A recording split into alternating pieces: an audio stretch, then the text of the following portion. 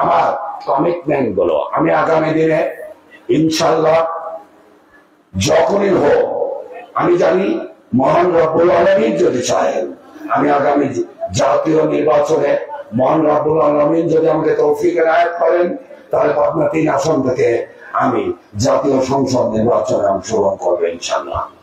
কারণ সুনির্দিষ্ট কিছু কারণ। প্রথমত, চাটমোহর উপজেলা থেকে অগ্রাধিকার ভিত্তিতে দুর্নীতি, সন্ত্রাসী, চাঁদাবাজ ও দখলদার মুক্ত করব। আপনারা আরজুহাজের নাম শুনেছেন? আমি যে এই কথা দেখি শুধু কি কথা গতকালকে রাত 10:30টার সময় আসতেছিলাম সংগ্রামের ওখানে, ওই জায়গায় 50-60 জন সালমান আমার ঘরে ফেলল, মানুষজন সহ একদম সাধারণ মানুষ। আরজুহাজের লোক হুমকি দিচ্ছে আগে নাকি আমলে করতো, থাকে নতুন বাজার সিঙ্গারে। ইতিমধ্যে থানার থেকে লোক আসলো, থানার পুলিশ ভ্যান নিয়ে, তো আমাকে জড়া দিল, ভাই এইভাবে হুমকি ধমকি দিচ্ছে। আমি বললাম ঠিক আছে, কে হুমকি ধমকি দিচ্ছে? আরজুহাজ। ঠিক আছে, ফোন লাগা। আমি বললাম ওই পুলিশের সামনে, পুলিশ অফিসারদের সামনে ফোন লাগা, ভাই ফোন বন্ধ। ঠিক আছে, আজকে উইয়ের লোকজন দিচ্ছে, কালে উইলারে ফোন দেয়, ভাই ফোন বন্ধ। উইলার আমি করাইছিলাম, কালকে আমার এখানে হোটেল বৈঠক আছে, তোরা আসিস, তোরা নিয়ে আমি আরজুহাজি দোকানে যাবো। কোন জায়গায়? ওই সিঙ্গারের শোরুম, নতুন বাজার। আর বলেন যাবো, যাই বলে দেবো ভবিষ্যতে আর যদি কোনোদিন এই সাধারণ মেহনতি মানুষ, খেটে খাওয়া মানুষের এদের সাথে মাস্তানি করিস, তাহলে আমি শত শত লোক নিয়ে আসে কিন্তু তো উচ্ছেদ করবো। আমি তো তোদের আইন হাতে তুলে দেবো না, আমি জনগণকে দিয়ে তোর বুকে খোঁজে পারে মেরে ফেলা দেবো। তুই যত বলে শিরামাজি। আমি পুলিশের সামনে কথা বলেছিলাম, তো আমি দুর্নীতি, চাঁদাবাজ, সন্ত্রাস, দখলমুক্ত বাংলা দিন চাই বলে কি ভুল কাজ করছি? এখন শোনেন, আরো দুটো উদাহরণ দেই। কয়েকদিন আগে গত সপ্তাহে গেছি আমার এক শিক্ষকের সওয়াল। ওর বাবা শিক্ষক ছিল, মামা শিক্ষক ছিল। ছেলেটা ইঞ্জিনিয়ার, সনাতন ধর্মের, হিন্দু ধর্মের। আমাকে ফোন দিল, দাদা আমি তো আগে ছিলাম নারায়ণগঞ্জ, এখন আমি পোস্টিং নিয়ে, ও আগে ছিলাম সিরাজগঞ্জ, এখন আছে নরসিংদী। ভালো কথা। দাদা আপনার সঙ্গে দেখা করবো, শুক্রবারে আসবো। আমি বললাম দাদা আমি তো শুক্রবার থাকি না, শুক্র শনি রবি সোম আমি পাবনা থাকি। তাহলে আমি বুধ বৃহস্পতি আসি? মঙ্গল বুধ বৃহস্পতি। দাদা অমুক একজন ডাক্তার, নাম হচ্ছে এই, সে আমার কাছ থেকে 1 লাখ টাকা চাঁদা দাবি করছে অমুক সাহেবের নাম করে। সে আমার এমপি প্রার্থী, ফাইনাল প্রার্থী, এমপি প্রার্থীর নাম দিয়ে এক সাহেব 1 লাখ টাকা চাঁদা দাবি করছে। তো আমি কি করবো? আমি বললাম খবরদার, 1 টাকাও দিব না।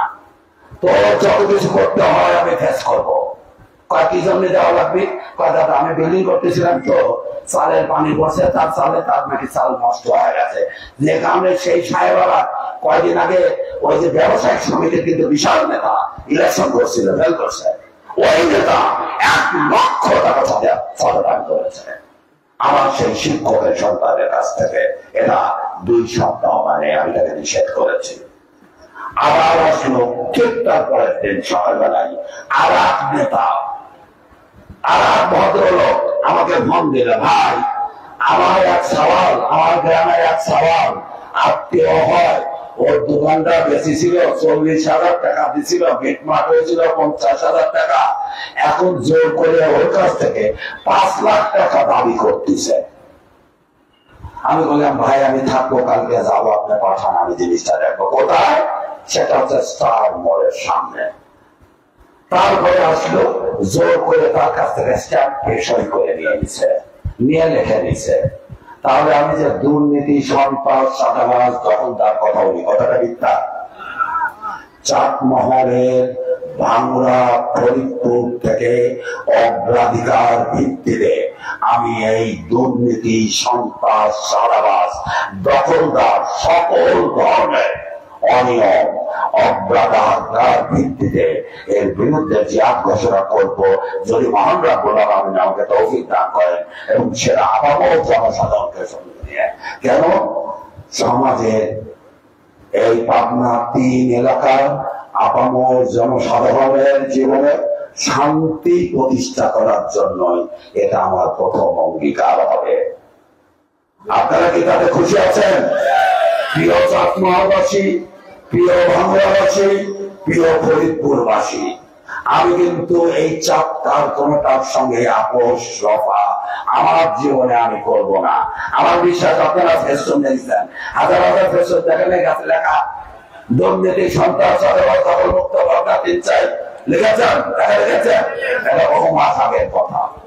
2 নাম্বার, পাবনা 3 এলাকার সর্বাঙ্গে ব্যথা। উপজেলা সদর থেকে ইউনিয়ন পরিষদের সদরে যাওয়া ওই রাস্তাটা কোনো মতো আছে, ওই রাস্তাটাও কেবল 2-1টা ইউনিয়নে যাওয়ার রাস্তা ভালো, আর সমস্ত ইউনিয়নের রাস্তা ভাঙাচোরা। আর ইউনিয়ন সদরের ভিতরে যত রাস্তা আছে একটি রাস্তা নাই। যে কারণে অগ্রাধিকার ভিত্তিতে আমি যোগাযোগ ব্যবস্থার উন্নয়ন করবো ইনশাআল্লাহ। সেটা এমপি হই না হই, এমপি যদি না হই তাহলে যে এমপি সাহেব হই তার কাছে বলবো, ভাই আপনি তো পাবনা 3-এর এমপি, আমি তো চাটমোহরের মানুষ, আপনার তো 3 থানার এমপি, ভাই আমার এই এলাকার এই অসহায় মানুষ রাস্তাঘাট নাই, এই রাস্তাঘাট গুলো অগ্রাধিকার ভিত্তিতে একটা মেহরবানি করে দেন আমার এলাকার মানুষের শান্তির জন্য। আমি কি বোঝাতে পেরেছি ভাইয়া? নাম্বার 3, হাজার হাজার এই চাটমোহর ভাঙ্গুড়া ফরিদপুরের যুব সমাজ, তরুণ সমাজ, হাজার হাজার লক্ষ বললে হয়তো ভুল হবে না, তারা বেকার এবং কর্মহীন।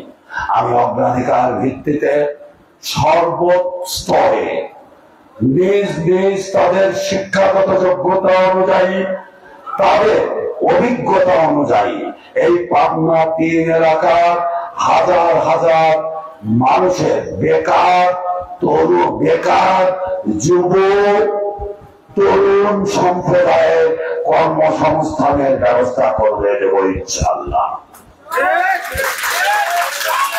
এটা শুধু এই বিল চলন ইউনিয়ন না, গোটা পাবনা 3 এলাকাবাসীর জন্য।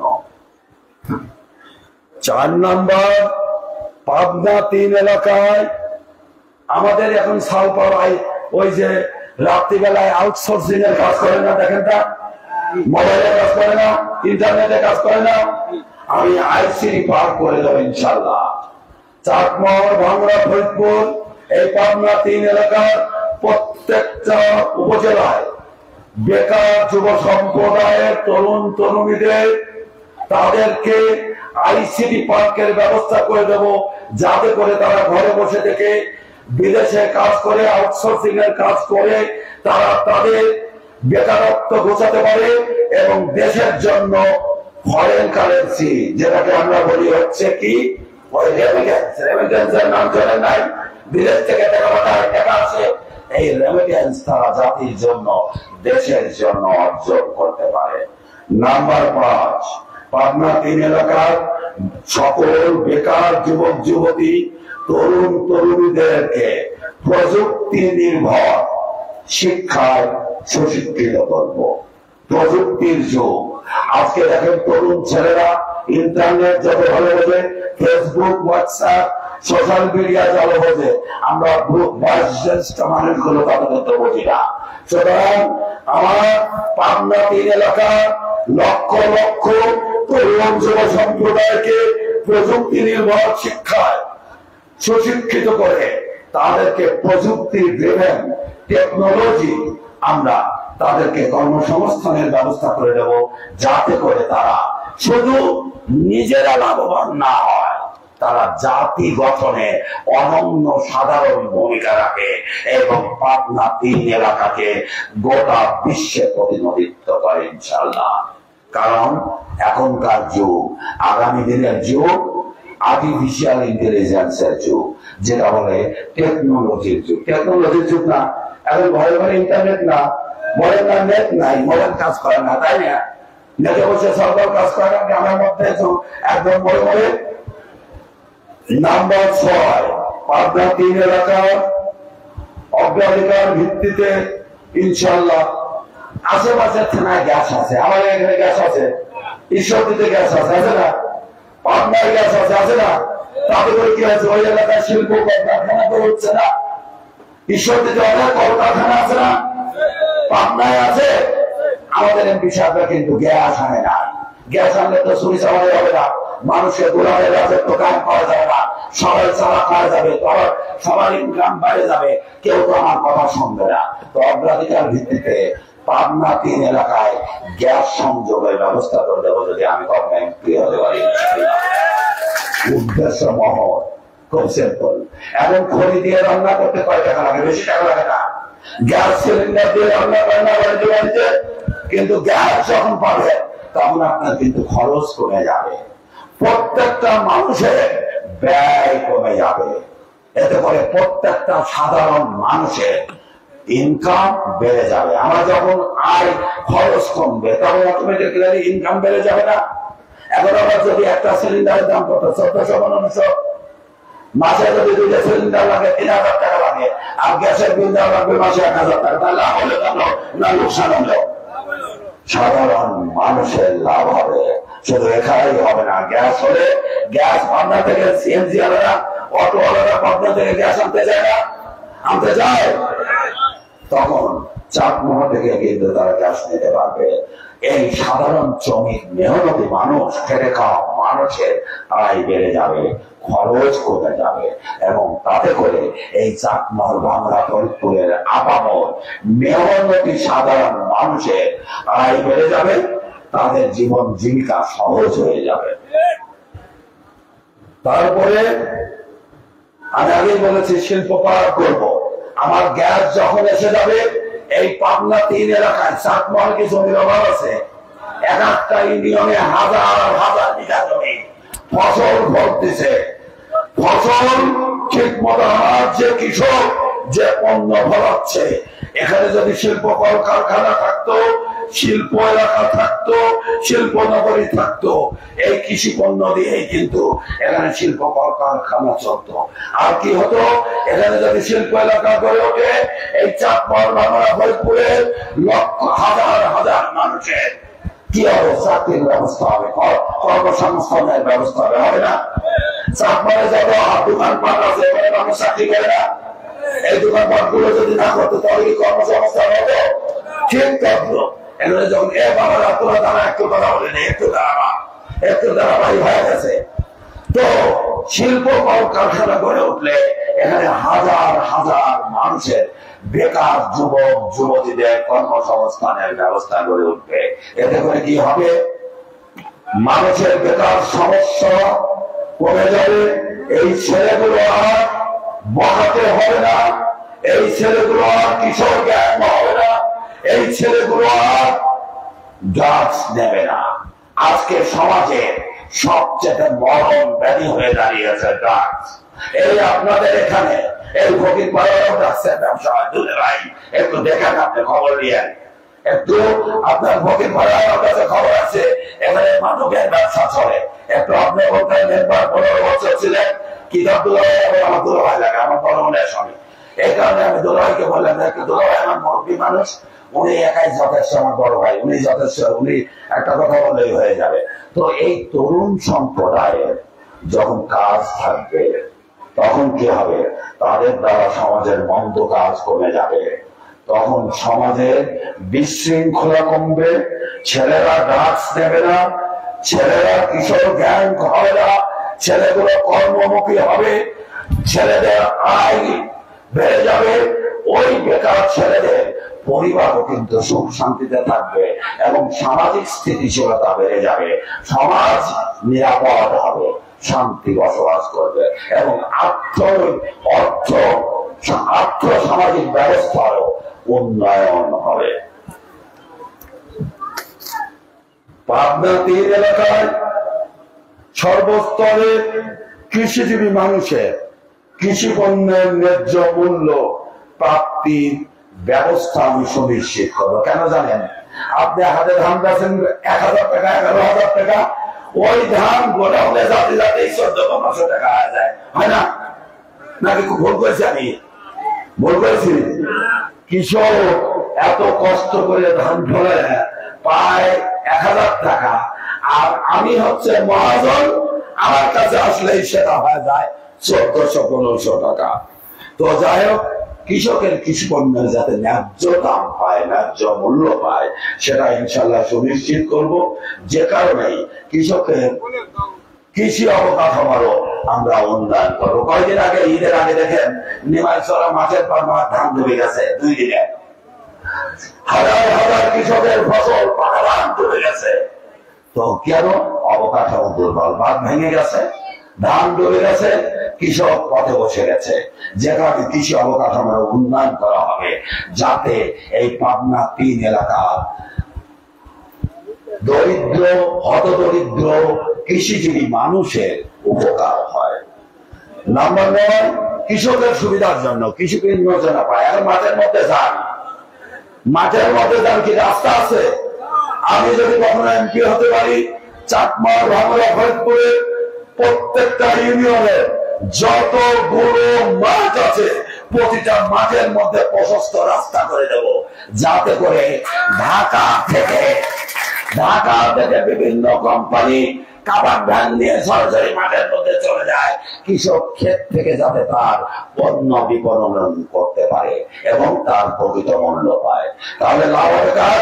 কৃষকের। কৃষকের লাভ হলে কি? শুধু কৃষকের লাভ। আমি যদি কৃষক, আমি যদি কৃষক হই, আমার জামা কিনা লাগবে না, পাঞ্জাবি কিনা লাগবে না, টিভি কিনা লাগবে না, ফ্রিজ কিনা লাগবে না, ফ্যান কিনা লাগবে না, কাপড় চোপড় কিনা লাগবে না, মেয়ে বিয়ে দিতে হবে না, গহনা কিনা লাগবে না। কৃষকের পকেটে যখন টাকা থাকবে, কৃষক কিন্তু বিনিময় করবে অন্য দোকানে, যাতে তার ক্রয় ক্ষমতা বেড়ে যাবে। তাহলে কি হবে? আপামর এলাকার মানুষের অর্থনৈতিক অবস্থার উন্নতি হবে, দেশ এগিয়ে যাবে।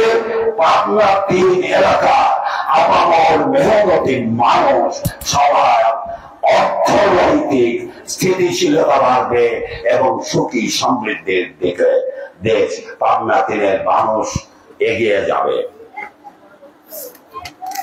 নাম্বার 10, অবহেলিত কৃষিজীবী মানুষ অর্থনৈতিক ভাবে সমৃদ্ধিশীল হবে। পাবনা 3 এলাকার আপামর জনসাধারণের উন্নতি, অগ্রগতি হবে। পাবনা 3 এলাকার মানুষ লাভবান হবে। সর্বশেষ, চাকমহল, ভাঙড়া, ফরিদপুরের শিক্ষা ব্যবস্থা ধ্বংস হয়ে গেছে। শিক্ষা ব্যবস্থা বিগত ফ্যাসিস্ট সরকারের সময়ে প্রাথমিক শিক্ষা, মাধ্যমিক শিক্ষা, উচ্চ মাধ্যমিক শিক্ষা, মাদ্রাসা শিক্ষা, যত শিক্ষা প্রতিষ্ঠান আছে, শিক্ষা প্রতিষ্ঠানের যে শিক্ষা ব্যবস্থা আছে, টোটালি ধ্বংস। সর্বোচ্চ গুরুত্বের সঙ্গে শিক্ষা খাতের জন্য কাজ করবে ইনশাআল্লাহ। যেখানে শিক্ষা প্রতিষ্ঠান অভূতপূর্ব আছে, সেখানে শিক্ষা প্রতিষ্ঠান, নতুন শিক্ষা প্রতিষ্ঠান গড়ে তোলা হবে এবং গুণগত মান সম্পন্ন শিক্ষা সুনিশ্চিত করে চাকমর, ভাঙড়া, ফরিদপুরের আপামর জনসাধারণকে, ভবিষ্যৎ কর্মধারদেরকে সুনাগরিক হিসাবে গড়ে তোলা হবে ইনশাআল্লাহ। সর্বশেষ, স্বাস্থ্য বলতে তো করুণ অবস্থা। এখানে হাসপাতাল নাই, হাসপাতাল আছে, ডাক্তার নাই, ডাক্তার আছে, ওষুধ নাই, ওষুধ আছে, মেশিন নাই। এই করুণ জন্য এই স্বাস্থ্য ব্যবস্থারও সর্বোচ্চ গুরুত্ব দিয়ে, অর্থাৎ আমি কাজ করতে চাই আগামী দিনগুলোতে চাকমহল, ভাঙড়া, ফরিদপুরের আপামর সকল শ্রেণী পেশার মানুষের কল্যাণের জন্য, তাদের মঙ্গলের জন্য, তাদের শান্তির জন্য। রাজা সাহেব কোটিপতি হওয়ার জন্য না, টাকার মালিক হওয়ার জন্য না, গাড়ি বাড়ির মালিক হওয়ার জন্য না। কারণ রাজা সাহেবের এগুলো কোনো লোক নাই। রাজা সাহেবের আল্লাহ মহান রব্বুল আলামিন সবকিছুই দিছে। আমি হালালে বিশ্বাসী, হারামে নয়। তো সঙ্গত কারণে প্রিয় ভাইয়ের আমার, প্রিয় পাবনা 3 এলাকাবাসী, আমি উদাত্ত ভাবে আপনাদেরকে আহ্বান জানাবো, মেহেরবানি করে মহান রব্বুল আলামিনের কাছে আপনারা আমার জন্য দোয়া করবেন, আমার আম্মার জন্য দোয়া করবেন। আমার আম্মা অসুস্থ, মহান রব্বুল আলামিন যেন আমার আম্মার নিয়ে খায়াত জান্নাত দারাজ করেন এবং আমাকে মহান রব্বুল আলামিন আরো ধৈর্য দেন, স্যাক্রিফাইস ত্যাগ করার মতো শক্তি দেন, কাজকে পরিশ্রম করার মতো শক্তি দেন এবং চাকমর, ভাঙড়া, ফরিদপুর এই 3 থানার আপামর জনসাধারণের তাদের শান্তি, সমৃদ্ধি এবং সুখ স্থিতিশীল জীবন গড়ার জন্য যাতে আমি আগামী দিনগুলোতে আমৃত্যু কাজ করে যেতে পারি। যে কারণে আমি একটা কথা প্রায়শই বলি, দল, মত, ধর্ম, বর্ণ, গোত্র নির্বিশেষে এই পাবনা 3 এলাকার সকল শ্রেণী পেশার মানুষের আপনাদের কাছে উদাত্ত ভাবে আহ্বান জানাবো, আপনারা দয়া করে আমার পাশে এসে দাঁড়ান। আপনাদের সহযোগিতা চাই, আপনাদের দোয়া চাই। আপনাদের সহযোগিতা পেলে ইনশাল্লাহ আমি যে উদ্দেশ্য নিয়ে রাজনীতি করছি সেগুলো আগামী দিনে বাস্তবায়ন করে এই চাকমহলের আপামর মানুষের কল্যাণে কাজে লাগাতে পারবো। খোদা হাফেজ। বাংলাদেশ জিন্দাবাদ। শহীদ জিয়া অমর হোক। খালেদা জিয়া জিন্দাবাদ, জিন্দাবাদ, জিন্দাবাদ, জিন্দাবাদ।